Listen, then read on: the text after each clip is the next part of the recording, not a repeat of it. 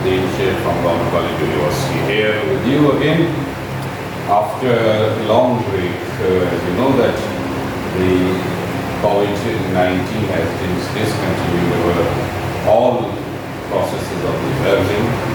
So before that we have regular classes in our university. But after this lockdown of COVID-19, we are going to start our classes online.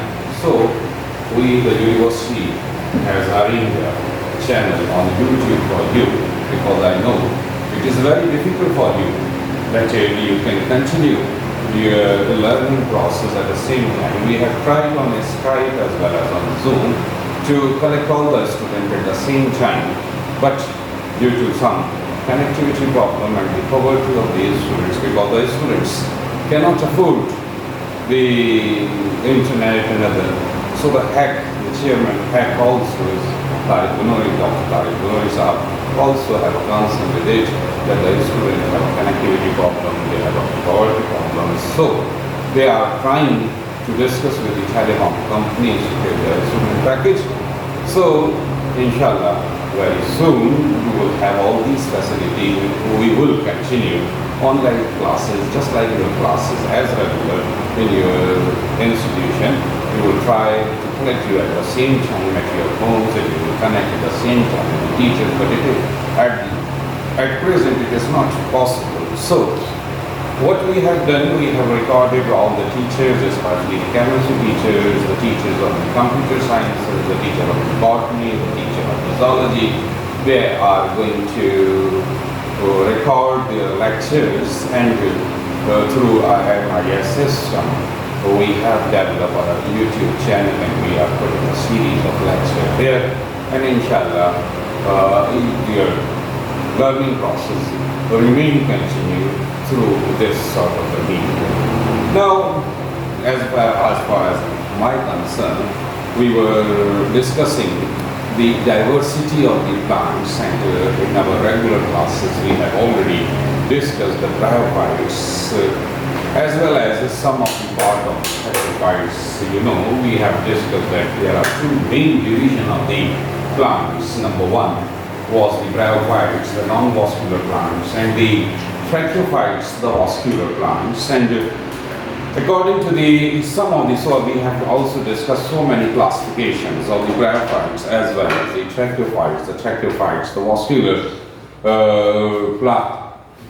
the vascular plants. So we have divided into 5 subdivisions. The first subdivision was the Sphenopsida, the second subdivision is the Lycopsida, and another one is the Sphenopsida, and the next is the Pteridophyta, and the last one are the Sphenopsida. In the beginning, we have also discussed that the classification was on the basis of the seed production, the cryptogamic plants, and the phanerogamic plants.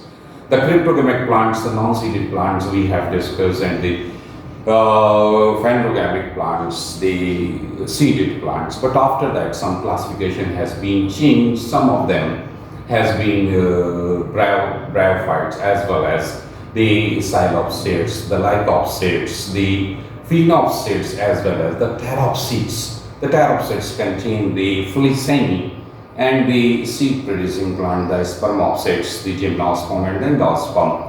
But later it was obsolete now, and later on we have divided these all vascular plants into 5 groups. We have discussed the 2 of them, the Sphenopsids, Lycopsids. Now we are going to another group of the plant, which is called the Sphenopsids. They are generally called the hostel. These are the beginning of these plants, are the beginning of the woody plants. Before that, the Lycopsids and the Sphenopsids and the Lycopsids does not contain. They are small plants, but they don't contain the wood. So the Sphenopsids are the plants which contain the wood in it, and the angular activity. Sphenopsida. The Sphenopsida belongs, as I have told you, belongs to the Pteridophyta division, and it's a subdivision, and it's considered that it is evolved from the Lycopsid. Up to the Lycopsid, there wasn't a wood formation because there wasn't the cambial tissues. But here we have the cambial tissues, that's why they form the woody stem. And as far as we see that the class of the Pteridophyta, it first appeared in the Devonian, that's the phylogeny of which in Devonian period. It started its life in Devonian period near about 450 million years ago. But to peak at reach, we reach at peak near in the Carboniferous period, Carboniferous period, the period of the coal, means the coal which is present now is started near about 350 million years ago. That's why this period is called the Carboniferous period. That's a major component of the coal swamp, as I have told you, that the major coal which is present nowadays are from this Sphenopsida. There are four classes of the Pteridophyta, group of the vascular plant, with the fossil record going back to the Devonian, as I have told you. Among these four classes, only one has been left, which is called Equisetum, is one of the four classes, commonly known as horse tail. That's why we use the word Sphenopsida for the horse tail. As the habitat is concerned, they grow in wet areas with the hulls of the needle. As you can see, that these are the joints where the hulls of the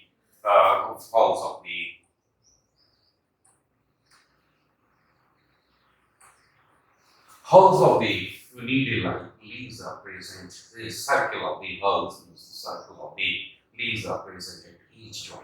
The stem is jointed, and if we can see that the stem and the stem is subterranean, and here the rhizoids are present, the adventitious roots are present, as well as the tuberous-like structures are present for the vegetative growth of these plants. We will go back. See, the branches I have, as I told you, the needle-like branches radiating at regular intervals from the single vertical stem. The stem is the vertical. Characteristics of these plants.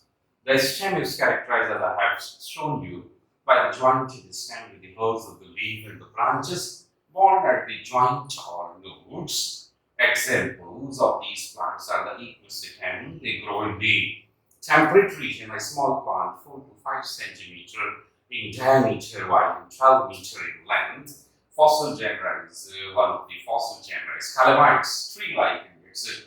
It was 30 meter in height. Another fossil, Phenopsids, was slender plant with a ribbed stem, only 1 to 7 millimeter in diameter, but several meter in length. It is possible, the length is possible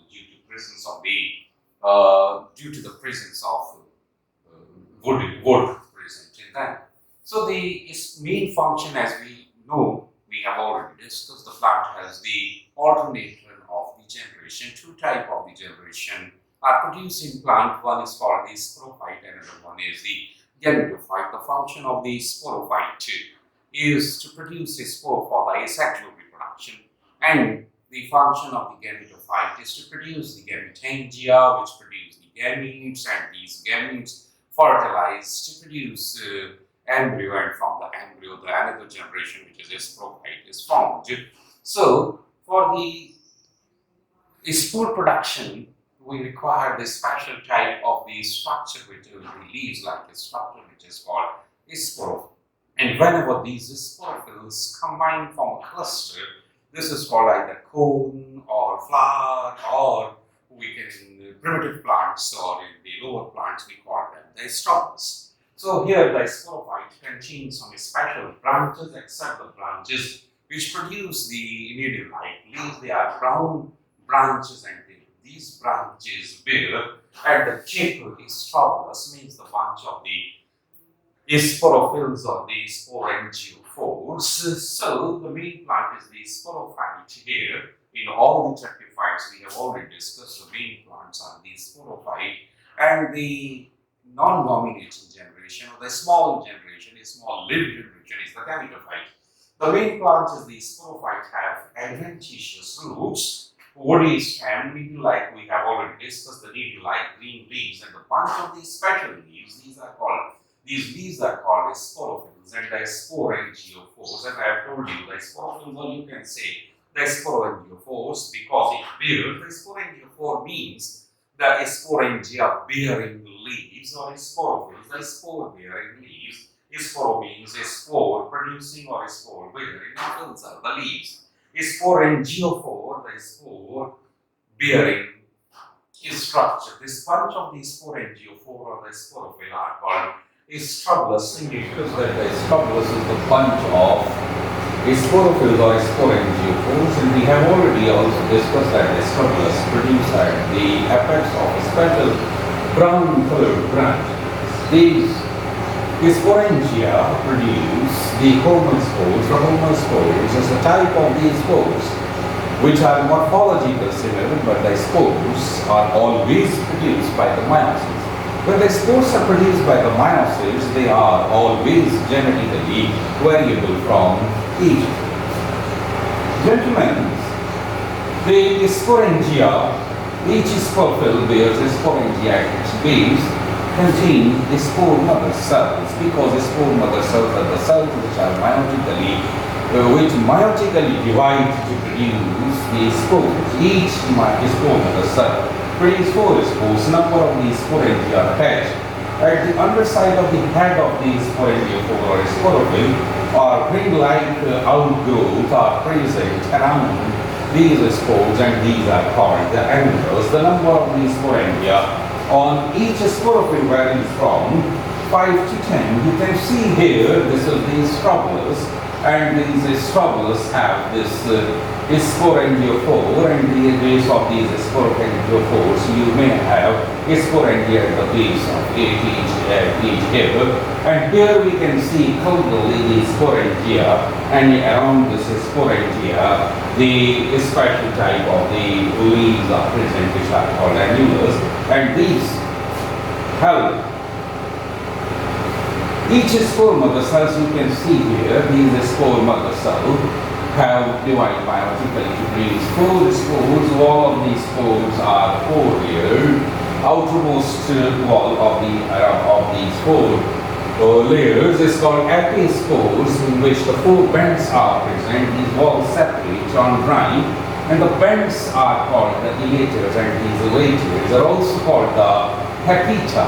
And these elaters help in the dispersal because they dispersively jerk in air, and whenever these hepita, the elaters, coil around the spores under moist condition, the elaters help in the splitting of these sporangial walls.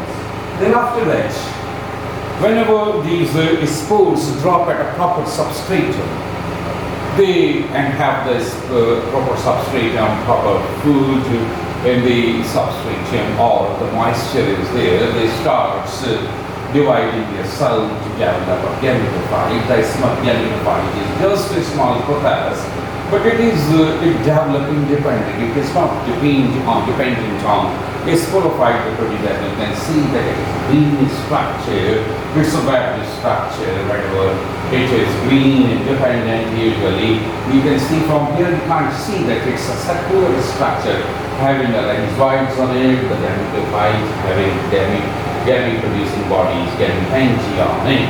So the green shape and multicellular lobe, the number of lobes you can see here, the lobe structure are present here. The shapes and the multicellular lobes are produced at the upper side. The semi-dioecious, the half of these spores develop into male gametophyte, half of the spores develop into the female gametophyte. Usually the function of the male gametophyte is to produce anthraemia, and the function of the female gametophyte is always produce the gametangia. But here I have written the semi-dioecious. It means that the female gametophyte sometimes also produce anthraemia on it. That's why we cannot say that it is monoecious. We cannot say that it is completely dioecious. In some of them it is semi-dioecious. That's why the anthraemia or maybe the archegonia both can produce at the same thallus. The structure is not called complete thallus because it's a smaller, very small inside. So we can say that it is prothallus. The characteristics you can see here, this is the lobe structure of the gametophyte. The gametophyte contain rhizoid and astro. You here, you can also see here towards the lower side, the rhizoids and the sides. The peripheral cells of this gametophyte are the meristematic tissues, and these meristematic tissues divide and redivide, develop the or increase the size of the gametophyte, or meristematic divide to increase the size of the gametophyte. The next, the sex organs, the sex organs, the gametophyte produce the gametangia. The gametangia are the organs which produce gametes, the same as in animals. The gametes producing organs are called gonads, the testes and ovary. But here the male gametangia is a gamete producing body, and female gamete producing body is archegonia, as we have discussed already in bryophytes as well as in the Lycopsids and in the Psilopsids. So same is in Phenopsids. The antheridia and archegonia produced at the upper side. At the lower side, that I have told you, the tissues produce the rhizoids, but at the upper side, the antheridia and archegonia are present. The half is force produced, as I told you, the male gametophyte and the male gametophyte morphologically different from the female gametophyte because it is small in size, while the half of the spores produce female gametophyte and it is large in size. Sometimes in Equisetum, as I have told you, the female phallus also produce the antheridia, that's why we call it the semi-dioecious. So the antheridia, each antheridia produced from a superficial cell at the upper side, a superficial divide, the superficial cell divide to produce an outer jacket initial cell. Means that one cell is divided into two cells by the mitosis, the outer jacket initial and the androgonial initial. The jacket initial produce the wall of the antheridia and produce the sterile jacket layer because these cells do not produce any type of the gametes. So the next cell, which is called the androgonial initial, and it divides and redivides, produce the masses of the androgonial cells, and these androgonial cells finally anthezoidal mother cell, and these anthezoidal mother cell produce anthezoid because the anthezoid is the male gamete which are motile, it contains the cilia with it. They can swim in water, that's why it is called zoid, the anthezoid. The anthezoids is spirally, as I told you, they have cilia. The spiral coil have a row of cilia. You can see here the structure that this is the end of the slide I will show you. The anthezoidal spiral coil have a row of cilia. The archegonia, the structure of the archegonia given here also developed from a superficial cell, same as the antheridial cells. This cell divides to produce the upper neck canal cells because the archegonia contain the neck and the venter. So the upper neck canal initiated the lower ventral cell. The ventral cell, the upper neck canal cell produce the neck and the base of the neck, and the last of the ventral cell inside it to produce the agaposphere. The egg is also called rosha, which is non-motile in nature and reside in the venter of the archegonia. The neck cells, whenever the neck cell, when the ovum mature, the neck cell disintegrate, and what happens? They make passage on it. The sperms through water, the anthezoids through water, number of the anthezoid get into the ventral canal cell, the neck canal cell, disintegrate and develop passage and produce some smell, bad smell, foul smell of the oxalic acid and the malic acid type of the things, these type of the smell produced here. And after that, they attract by the chemotactic movement that they attract the sperm towards it, and number of the sperm enters into it, and only one, because there is one ovum there, there are many anthezoids enter only one fertilized oosphere, which is egg, and develop a wall around it, and it become a thick wall structure, and this thick wall structure usually generally called zygote, but in technical term we call it the oospore. The oospore is the start of the sporophyte in a gametophyte. Whenever these spore, whenever this was spore divided, gives the epibasal cell and the hypobasal cell, two cells, and these epibasal cells will divide and redivide by the mitosis. They give the apical cell and the androgen cell, and they produce the structure of the stem, branches, leaves later on. But hypobasal cells give the foot and the first root of the rhizoids in the sporophyte. So in this way the sporophyte developed from the embryo. So in the embryo of this which is developed from those have initially have two types of the cells, the epibasal half and the hypobasal half, and it gives you can say that it gives the shoot and the root system of the plant. Next, if you will see the life cycle of one of the plant or one of the genera which is called Equisetum, we can see that this is the plant which is a sporophyte having pointed stem, who having rhizoid here as well as the bulbs are here, the rhizomes are here, the rhizome-like structure, and these are the bulbs. And the hulls of the leaves are present, the branches are here, but the leaves are, but the leaves are microfilms of the small single-vein leaves.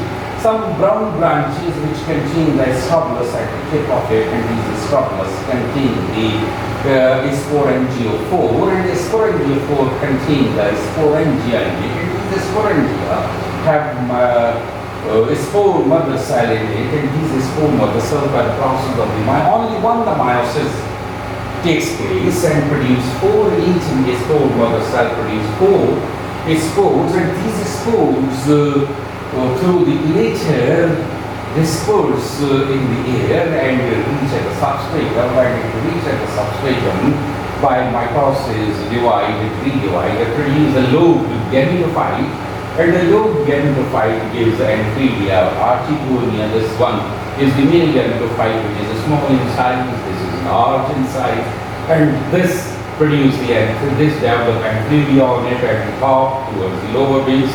It gives the rhizoid to absorb water and mineral. For them you can see both are green, they produce their own food, and they are independent from the sporophyte. From here you can see this one is the male gametophyte, this one is the female gametophyte. The male gametophyte produces the ciliated rhizoid, move towards the archigonia where the egg is waiting for it, which is usually called the oosphere. And this egg is fertilized by this zygote or oospore, which we call oospore. And here the hypobasal cell and the epibasal cells develop, and it gives rise to the shoot system as the root system, and ultimately it develops. This penetrates, these hypobasal cells penetrate through the gametophyte, get into the soil, and gives the root system, and then after that, after some time, this main plant, which is a sporophyte develops. It is also the plant. It is also the plant, but generally the people don't consider that plant or is a part because both are morphologically different, but both are dependent on each other for the life cycle. That's why the sporophyte produces spores and produce these spores produce gametophyte by the sexual reproduction. And these gametophytes produce the gametangia, which produce the gametes in it, and when these gametes fertilize, they produce the another generation which is called the sporophyte.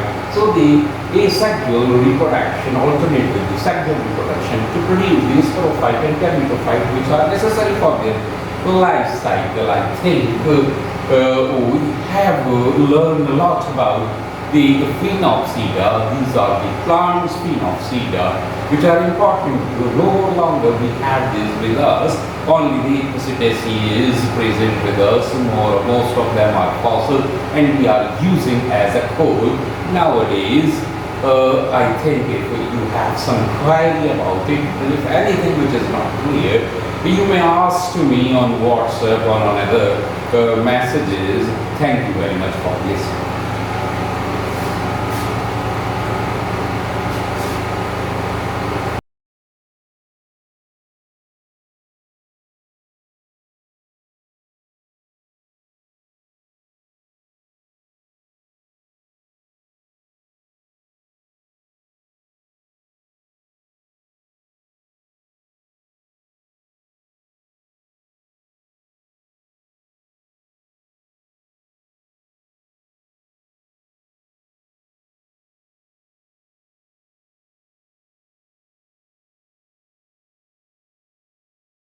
you.